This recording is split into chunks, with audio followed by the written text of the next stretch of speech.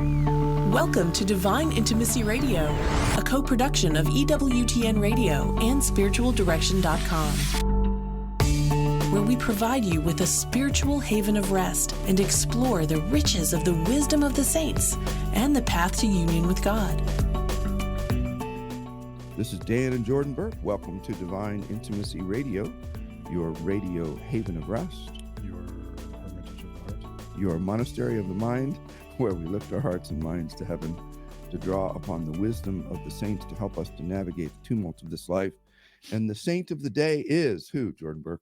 Saint Alphonsus Liguori. Saint Alphonsus Liguori. Not according to the calendar, but according to what we're talking according to us. Yeah. He's the saint of the day. Yeah, there's a different saint of the day today. But for Divine Intimacy Radio, Saint Alphonsus Liguori is the saint of the day. And we're talking about Finding Peace in the Storm, which is a spiritual commentary on uniformity with God's will. And we're in chapter 6, right? Chapter 6, yep, spiritual desolation, and talking about, a lot of this book is really about fixing our expectations, don't you think? Yeah. If you fix your expectations and you receive, if your expectations are divine, let's say that, if they're properly oriented to God and you receive what he desires to give you, then you will have peace. True or false? True. Well, it seems like the majority of what we're dealing with here is the lens in which we look at whatever happens to us. Mm-hmm. And if you can change the lens or gain a new lens at how to look at whatever you're dealing with and whatever may come, then yeah, it's, as you're saying, you're going to experience peace versus kind of the opposite, which is not good and not fun. Not good and not fun. And to the degree, I'd say, in principle, to the degree that we embrace what comes in our life, whatever that is, and maybe the embrace isn't the right word, to the degree that we choose, in essence, choose what comes, because whatever comes is either caused or willed by him, caused or allowed, I should say. Yeah. Then we are choosing his will. That doesn't mean, which I think we've said over and over, but it's worth repeating because people forget. It doesn't mean that we don't seek to remedy ills or pains that we feel or difficult circumstances. It doesn't mean that. Right. The perfect model of this kind of thinking is Jesus in the Garden Mm-hmm. of Gethsemane. Yeah. You have a comment about it? No, I was just picking up on where you were. Where I'm going. So yeah, because he says, if possible, let this cup pass. This hurts like crazy. Like no other man has ever hurt in the history of humanity. Right. But not my will, but thine be done. So he's asking for it to be changed, but he at the exact same time is saying, you know what's best. I yield, and I'll do what you ask me to do. And so in this circumstance that we're talking about today, so there's this book walks you through all different kinds of things that can rob you of your peace in life or your peace in your faith. And this one is desolation, spiritual desolation. What is desolation? Desolation and aridity, either word, are they're synonyms, but they mean the perceived absence of the presence of God. That's the commonality there between aridity and desolation. And desolation in particular presses down upon you and tries to push you away from God. It puts heaviness upon you. It weighs you down. It's a lot of feeling and emotion. Mm-hmm. Yeah. Negative or dark feeling and emotion. Right. So what St. Alphonsus is trying to do is deal with that and help us. So here's a few great quotes from St. Teresa of Avila. She says, "Our lot is not to enjoy God, but to do his holy will." Another one, "Love of God does not consist in experiencing his tenderness, but in serving him with resolution and humility." Another one, "God's true lovers are discovered in times of aridity and temptation." Let's leave the last one for a second. The first two, our lot is not to enjoy him, but to do his holy will. And love of God does not consist in experiencing his tenderness, but in serving. What's fascinating about both of those is it's not about what you receive, it's about you giving to God what is due. And it's 100% counter to what we are taught culturally, which you mentioned later on in your comments here. Mhm. But it's worth, I mean, a lot of people I think hear that and think, I can't understand what that might mean, because we're so used to doing something either for reward, perceived reward, or actual reward, or, you know, for ourselves rather than for the purpose of serving. Yeah. Yeah. And basically, it's the opposite of narcissism, Right. or it is love. Our lot is life is not to enjoy, but to do his will. So our disposition isn't, I need to enjoy this and I should enjoy this. And if I don't enjoy this, it's bad. Right. Instead of saying, no, whatever it is, it's his will. And I need to, you know, I need Accept to join it. with him, Yeah. accept it. Or if I'm going to struggle against it, I struggle with a light, you know, a light trigger, if you will, or a light hand, recognizing he may want me to retain this difficulty.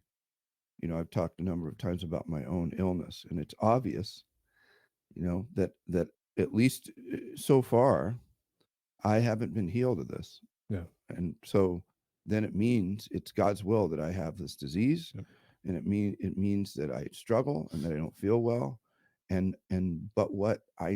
But my disposition toward God hasn't always been this way. I mean, it's important to be honest, is that I need it for my salvation or he wouldn't allow it to continue. Yeah. Right. So if I reject it, now I have the disease and I'm irritated. Right. Right. And you're sinning and you're losing the grace that you would have had otherwise. Right. Which I think Alphonsus talks about a little bit later on. Yeah. Love does not consist in experiencing his tenderness, but in serving him. Love, authentic love, is concerned with, obsessed with, serving, giving of self to the other, self-denial for the purpose of self-giving. That's real love. It's called ascesis. Yeah. Right. The last quote from Teresa, which I also really like, it's God's true lovers are discovered in times of aridity and temptation, meaning those who truly love God at a deeper level, when they encounter difficulties, remain with him, right? And they don't abandon him because they don't like what he's doing. Right. You know, they don't, if he doesn't give them what they want, then they don't go, okay, I'm out of here. Or something that they don't understand, which we see a lot today as well, where people are confused about something that's happening in the church or in their own personal lives. And because they have those feelings attached to it, and some of it may be objectively bad, you know, they assume that God has exited the building and therefore they're going to exit. Right. It's like, dude, that's so far opposite of what you need to be doing right now. Yeah. You know, on a smaller example and further, I think he's quoting Teresa, or this may just be him, but it is important to lay great stress on the point because some souls, beginners in the spiritual life, finding themselves in spiritual aridity, think God has abandoned them or that the spiritual life is not for them. Thus, they give up the practice of prayer and lose what they have previously gained. Right. So I'm curious. So I know in my own story of my reversion, when I first started learning mental prayer, I was showered with consolations. It was just like every time I went to prayer, it was just consolation after consolation. It was just flowing constantly. And then a little bit later on, and still to this day, my prayer is very, very dry. It's been dry for years. And what we're reading in here, and this is the question I'm asking you because you've counseled a lot of people, but my suspicion is, and this also comes from my conversations with a lot of people, that as soon as prayer gets hard, people exit. Right? Is that what you've experienced as well? Yeah, I mean, it's common. Well, it depends. Like if in the average parish, yeah. I think, you know, in our community, no, because we teach in Apostolic VA, we teach people and help them understand this, and the folks in AV tend to have gone at least through some significant conversion. Yeah. Those who have not gone through any kind of conversion are often praying, and this isn't a condemnation or even a criticism, it's just a description. But they're often praying to get something from God or bargaining to get what they want. And if they don't get what they want, they're out of here, you know. And these people are often good people. Like, they wouldn't do that to their spouse or their best friend. It's like, give me this, and then stand there. And if you don't give it to them, then go, well, to blank with you, Yeah. I'm done with you Yeah. because you won't give me what I want. Right. But what's weird is the one to whom we owe everything, nobody on earth fits that description. Right. But the one to whom we owe everything, we do that too, which is just crazy. Yeah. So no, it's really common, unfortunately. But one of the things that's really important, and Alphonsus, speaks to this. He's a big devotee of Saint Teresa of Avila, and is he knows that when you stop practicing mental prayer, it has a huge negative effect on your ability to understand God, to understand yourself, to understand anything. The graces that come in mental prayer can be had no other way. No other way. There's no makeup pill. There's no, people. There's this big controversy now about this pill for people who are losing weight that also the people use for diabetes or something, and so that. But when you go off the pill, apparently you gain the weight you had before and a lot more. Wow. So, and it's apparently pretty dangerous. But why do people take pills instead of doing exercise and eating right? It's sort of that mentality. Yeah. They treat prayer like a pill, and God like a dispensing machine. I put in my stinking quarter. I didn't kick that puppy. Right. I was nice. I used my turn signal. Right. Where's my stuff? Yeah. Give me my stuff. Yeah. You're not doing what I want you to do. Right. I'm out of here. Right. Like, who does that? Everybody. Yeah. Too many people do that. Yeah. But Alphonsus knows that if you maintain that life of prayer, it really aids you in understanding God. And I mean, and like we always say, spending time with Jesus, proximity with Jesus, is knowledge of Jesus, is distance from sin, it's wisdom, it's perspective.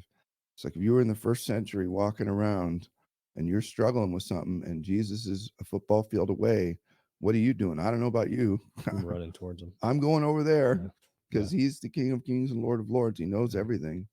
The world is in his hands. Why wouldn't I go and give myself to that? Well, that's the other problematic aspect of what we're talking about, where people, when they choose to leave, prayer or leave whatever the case may be in times of aridity or desolation, it's fundamentally saying that I'm not getting my way, which is one, narcissistic, and then two, I can do it better than God. Yeah. Well, or it's saying you're terrible at being God. Yeah. Right. Which is in essence saying I'm putting yourself in judgment over God. Right. Like, there's a better way to do this, and boy, you sure don't know it. Yeah. It's dangerous place. If you were as smart as me, you'd be better. So we got to go to a break. So when we get back, we'll continue talking about aridity, desolation, mental prayer, and finding peace in the storm. We'll be right back. The beautiful fact that no suffering is wasted, that all suffering has a purpose, and to wrestle with the idea, which is that everything that happens in our lives is either willed or permitted by God. Okay, God, why would you permit these things? I know that you're a good father and you're a loving father. So there's something there. So I have to bridge this gap between your permission of my suffering to your love for me as a father.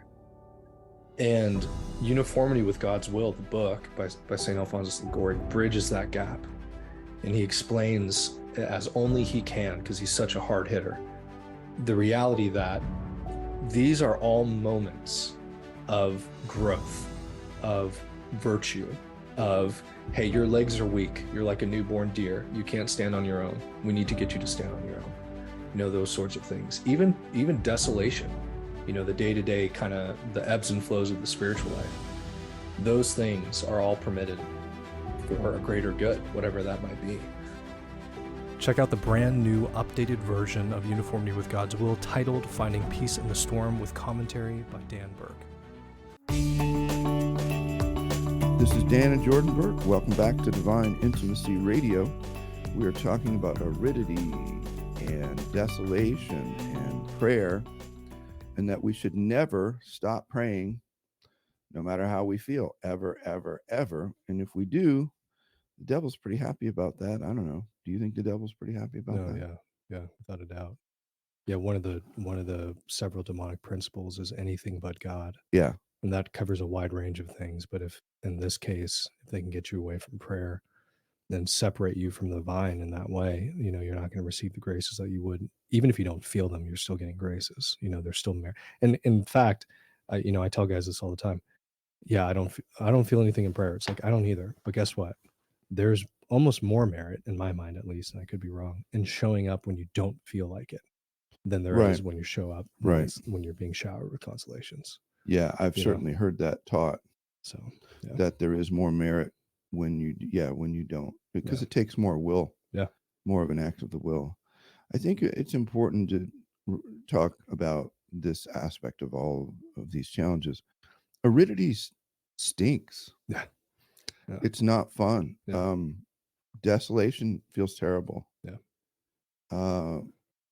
So what we're not saying is that if you adopt these dispositions, and even if you adjust your expectations, like we talked about earlier, that you're going to feel just absolutely fantastic. Yeah, no, not at all. That's not what we're promising. It's not what Alphonsus Liguori is promising. Jesus felt the incredible pain and suffering he felt in the agony of the garden, or in the passion, in his crucifixion. He felt it. But there's a difference between those who are dominated by their suffering. They have a victim mentality. They pile on irritation and rejection of God's will to that. And so their disposition is one of darkness rather than one of peace in the midst of the storm. Yeah. So you can suffer and be at peace at the same time. Right. Have you ever experienced that? Yeah, I mean, a lot actually. There's stuff I can't talk about, Uh-huh. but I mean, I've briefly hinted at, some of the incredibly painful, objectively unjust, objectively evil things that I'm having to endure, Uh-huh. and I'm at peace with in that circumstance. But your heart still aches. Oh, that doesn't mean that I don't have nights where I just weep. Yeah. And days where I'm just like trying to hold it together. Yeah. Because that happens. Yeah. But my peace is not dictated by how I feel. Right. Because I can experience those things and still know that God is working through those things. Mm. And I think it's important too, because if you only focus on yourself, I could easily say, this is objectively evil. This is what's happening to me. This is unjust. All of that would be true. But what I'm not doing is looking at God and saying, God, where are you at in this situation? Right. So when we're talking about this shifting of the lens, of your viewpoint of everything, what I'm doing is I'm actively saying, like in the garden, Lord, I would really love for you to take this away from me. Your will be done. That is my prayer. Right. And people should be saying that. Like that is, Jesus gave you that example for a reason. That is the perfect prayer for these situations. There's no better prayer. But when I'm focusing on God, where are you at? What are you doing? I'm allowing myself and I'm opening myself to turn, instead of turning inward, to turn outward and see, oh, look, he did move there. This little thing was definitely him. His hand is on it here. His hand is on it here. And then you start seeing more things. Still doesn't relieve the pain, but it allows you to know and have peace. God is in control of all of this. If everything that I believe in Scripture is true, then then he's working somewhere, and whether or not I see it, but the more you can turn outwards, the more you can see it. I don't know if that makes sense. It does make sense. The other aspect of this where peace comes in is that you stop looking at people as political adversaries, or enemies, even if they act like it. Yeah. Even if they are objectively your enemy and they want to harm you, you look at them and you think a number of things, Father, forgive them for they know not what they do, like Jesus prayed. Or you think, well, hurt people. But the whole perspective you have from this vantage point of Liguori is God's at work. This person is in your life. for a reason. Right. What's the reason, and how do you join what he's trying to accomplish? Usually it's your own salvation and your own maturation, or realizing, faults in yourself. But when we rail at other people and get upset with other people, it's just because we're not looking up. Right. There's like no divine element to the way we view relationships and the people that God allows in our lives. Right. I've had a huge number of beautiful people in my life, and some that did tremendous harm, even in my own home as a kid. Even recently, where folks will make judgments based on limited information, and because they're not disciplined to assume the best, they assume the worst, and when it's nothing even close to the truth. And then when there's no track record of that either. When there's no track record either. Nonsensical. Which makes it's sort of more painful. Yeah. It's like, well, have I not demonstrated over the years that I'm trustworthy? Right. So when have you seen me not trustworthy? Okay, well, why are you suddenly accusing me of not being trustworthy? Right. Whatever the circumstance, I'm just sort of making things up to mask any details. But the fundamental principle is there for me. And by the way, I've been that person for somebody else, no doubt. Yeah. Right. Same.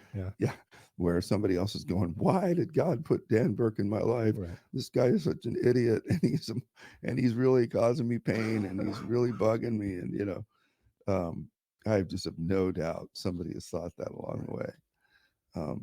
But when you recognize his work, you think, well, the Lord gave you to me and me to you, and we're both supposed to learn something. Doesn't mean we're always supposed to walk side by side, unless we're married. Then we are always supposed to walk side by side. But I mean, just it's one of the things I love about the word sojourner. In the Apostolic VA community, we have this concept of sojourners, meaning people who walk side by side with us for a period, but may not stay with us, but we will remain friends, regardless. So it may be that, there's challenges, and that the person isn't supposed to walk with you forever. And those challenges come to an end when they stop walking with you. But while they are walking with you, look up and ask the Lord to show you what he's doing. And then all anxiety is gone. And then, and then we're walking in a place of peace. Right. But the other way is just too painful. Yeah. I just don't like it. What else does he say here that's moving to you? Anything else stand out? The time of aridity is the best time to practice resignation to God's holy will. I do not say you will feel no pain in seeing yourself deprived of the sensible presence of God. It is impossible for the soul not to feel it and lament over it. When even our Lord cried out on the cross, my God, why have you forsaken me?" Right. And I think it's just a great way to sum up everything that we've said. Yeah, I mean, the example of Jesus saying that about people who are spitting in his face and mocking him. And people just need to keep that in mind. The time of aridity is the best time to practice resignation to God's will, because it is so contrary to our feelings and emotions. Mm-hmm. So contrary to our feelings and emotions. And if you can get that one thing in your head and remember it, like, okay, God feels really far. It's probable that he's actually closer than he's ever been, even though I can't feel it. Yeah, if you're in here, I can make a strong statement on that effect. If you're a person of goodwill and you're chasing after him, I can promise you and assure you that he is present. Right. And it only feels like he's not. Right. But I love the analogy that John of the Cross uses.